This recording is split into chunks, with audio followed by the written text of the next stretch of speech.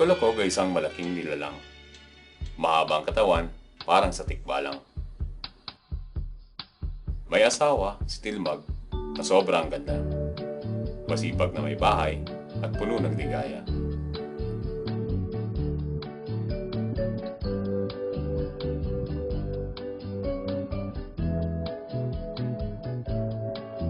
Nakatira sila sa burol ng kapuntukan.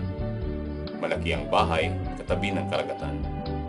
Merong alaga, isang tandang nakakaiba, sapagkat ang bibig nito ay palaging nakabuka.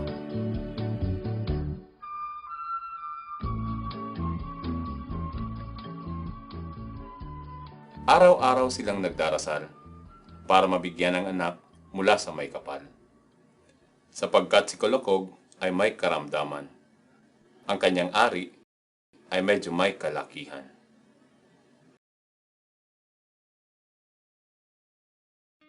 Ginamit nila ang ganitong kakayahan upang matawid anumang kalayuan. Dumaan man ang araw patungong kanluran, gamit nila ito para makakuha ng kasangkapan.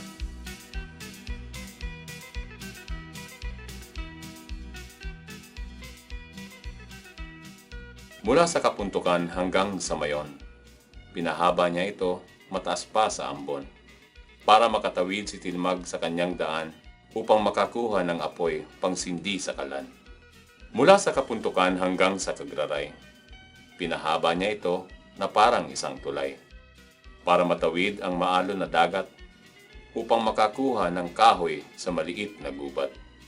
Mula sa kapuntukan hanggang sa Buragwis, pinahaba niya ito ng walang mintis, sapagkat sa baba may isang balon, malinis na tubig upang nila'y maibaon. Ganito ang buhay nila araw-araw. Si Kolokog nagpapahaba, si Tilmag sumasayaw. Pagkatapos nito, si Kolokog ay matutulog, habang si Tilmag ay nagluluto para sa irog. Ito ang napansin ng madaldal na tandang, ang kanilang alagang manok na may pagkabuwang. Ikinalat niya na si Kolokog ay walang kwenta, kahit di naman buo ang kanyang nakita. Nalaman ng lahat ang sinabi ng tandang, ang kwento ni Kolokog na ang kilos gumagapang. Ginawang halimbawa ng matatanda sa kabataan, ang antukin na si Kolokog na sobra ang katamaran. Isang hapon, tinanong si Tilmag ng alagang manok, paano mo natitiis ang iyong asawang bugok?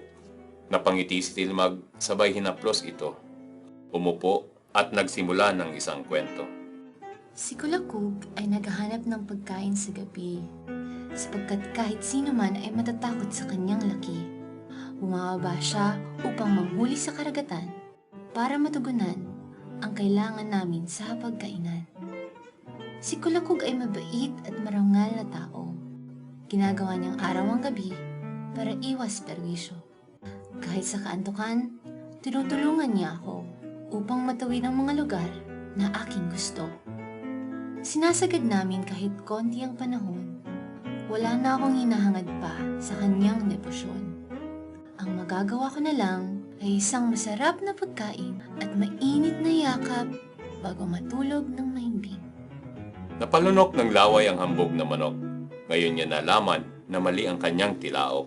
Hindi niya makita si Kolokog sa magdamag, sapagkat sa gabi, ang mata ng manok ay bulag. Mahirap magkalat ng hindi kompletong kwento. At baka di natin malaman kung ano ang totoo, sapagkat sa ginawa ng tandang ay mahirap nang baguhin. Parang balahibo sa hangin na mahirap nang ipunin.